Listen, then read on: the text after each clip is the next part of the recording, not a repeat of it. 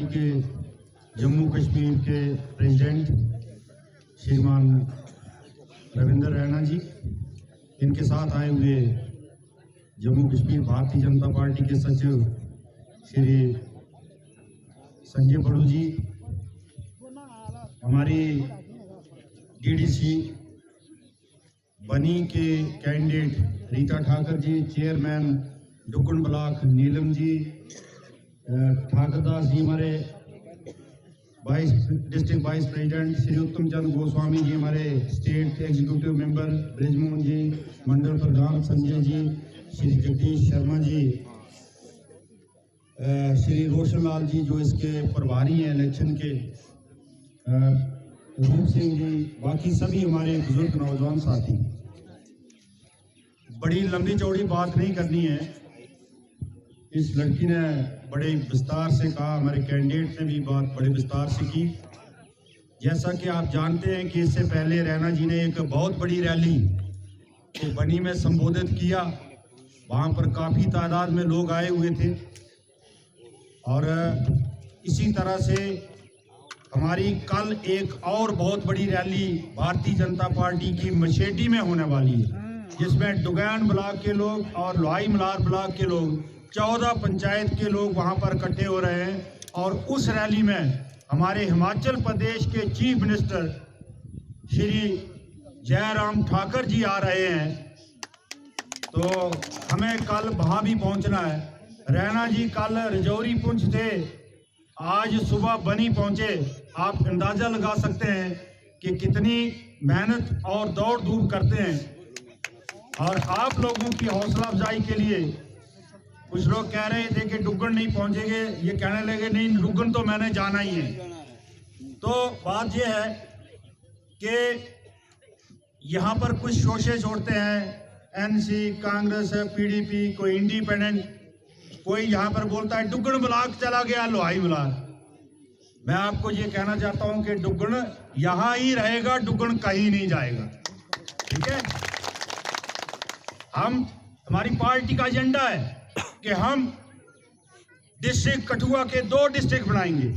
जब 2 डिस्ट्रिक्ट बनाएंगे तो बनी के अंदर एक डीडीसी सीट बनी होगी और एक डुगन होगी अगली इलेक्शन में।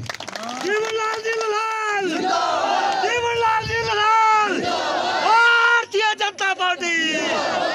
और इसी तरह से लोहाई मलार में हमारी अलग डीडीसी की सीट होगी। दूसरी बात यह है कि ये जो इकट्ठे हुए हैं ये किस लिए हुए हैं? एनसी, कांग्रेस, पीडीपी, ये इसलिए इकट्ठे हुए हैं कि मोदी जी ने 370 तोड़ा है, उसको वापस लाना है। और 370 का मतलब है जम्मू कश्मीर का झंडा अलग और हिंदुस्तान का अलग। यहाँ अलग झंडा चाहिए क्या हमें? नहीं चाहिए। हमें हिंदुस्तान का झंडा चाहिए। हम हिंदुस्तान के साथ रहना चाहते हैं नहीं। और कहते हैं यहाँ का कॉन्स्टिट्यूशन अलग, और ये कहते हैं कि ये जो जम्मू कश्मीर की रियासत है हिंदुस्तान का हिस्सा नहीं है। मुझे बताइए, ये एनसी पीडीपी वाले ठीक कहते हैं या बीजेपी वाले ठीक कहते हैं? हिंदुस्तान का हिस्सा है हम या नहीं है ना? हम हिंदुस्तानी। अगर हिंदुस्तानी है तो एक एक जो हिंदुस्तानी है वो बीजेपी को वोट करेगा, वो मोदी जी को वोट करेगा, और वो अपने वोट के जरिए ये साबित करेगा कि मोदी जी ने जो 370 तोड़ा है हम उसके साथ हैं, हम उसके समर्थन में। नहीं तो कल को अगर ये लोग जीत गए तो ये कहेंगे मोदी जी ने 370 तोड़ा था तो इनको लोगों ने वोट नहीं दिया, ये नाराज है, ये पाकिस्तानी बनना चाहते हैं, यही बोलेंगे ना ये। आज ये लोग कहते हैं कि बीजेपी ने कुछ नहीं किया। बीजेपी की सरकार 3 साल रही, रैना जी और हम एक साथ होते थे असेंबली में। रैना जी का तो आप रोज सुनते थे, हम भी असेंबली में बोलते थे, लेकिन एक वहां पर था इंजीनियर रशीद, वो कहता था अभी जम्मू कश्मीर में रायशुमारी होगी, रेफरेंडम होगा। तो एक दिन रविंद्र रैना जी ने पकड़ा और रख दिया खींच के। और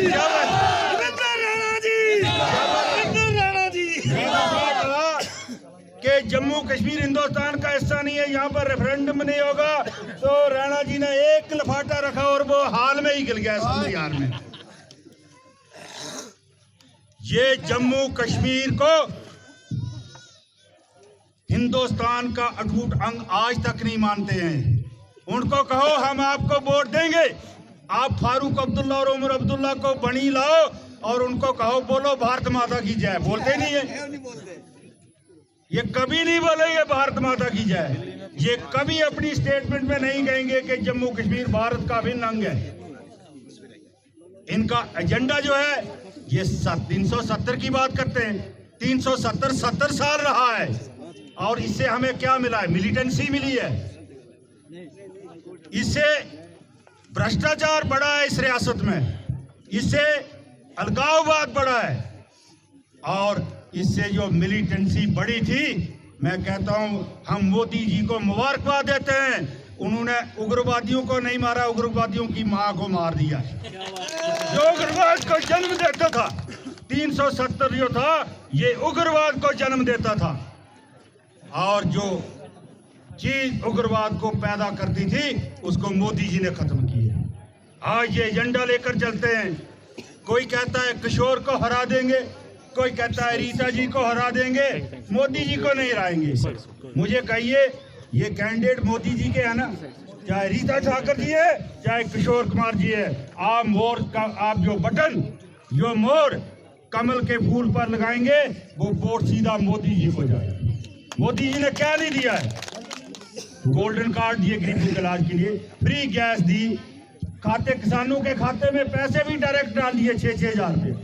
फिर हर गांव को बिजली दी, पेंशन 200 से 1000 तक कर दी। कितनी योजनाएं, सुरक्षा बीमा योजना 12 रुपए में 2 लाख का इंश्योरेंस कवर है। आज कितने PMAY के केस दिए। ये ठीक है कि यहाँ पर कुछ फॉरेस्ट के ऐसे मुलाजिम हैं जो लोगों को नाजायज हरास कर रहे हैं, लेकिन हमने बनी में भी स्टेज पर बात की है। आप इनका साथ दीजिए, किशोर लाल जी का और रीता ठाकर जी का। हम आपके साथ वादा करते हैं कोई करप्ट ऑफिसर बनी में नहीं रहेगा। हमें भ्रष्टाचार ऑफिसर की कोई जरूरत नहीं है। हम इनका काला मुंह करके बाहर भेज देंगे। हम जहां वही मुलाजिम नौकरी करेगा जो ईमानदार होगा। मुझे ज्यादा कुछ नहीं कहना है। ये एक रेफरेंडम है कि क्या नरेंद्र मोदी जी ने जो राम मंदिर बनाया, जो 370 तोड़ा, क्या ये फैसला सही है या गलत है?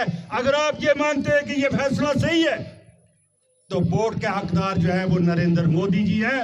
लेकिन अगर आप समझते हैं कि ये फैसला सही है और मोदी जी वोट के हकदार हैं, हमारे कैंडिडेट वोट के हकदार हैं, तो फिर नारा जो है वो गूंजना तो चाहिए, दौले माता तक तो पहुंचना चाहिए, नुकरानी माता भी पहुंचना चाहिए। ठीक है, तो मैं नारा लगाऊंगा, जोर से तो जवाब देंगे आप। नरेंद्र भाई मोदी जी, नरेंद्र भाई मोदी जी, भारतीय जनता पार्टी, भारतीय जनता पार्टी, रीता ठाकर जी, किशोर लाल जी, किशोर लाल जी, किशोर जी आगे बढ़ो, किशोर जी आगे बढ़ो।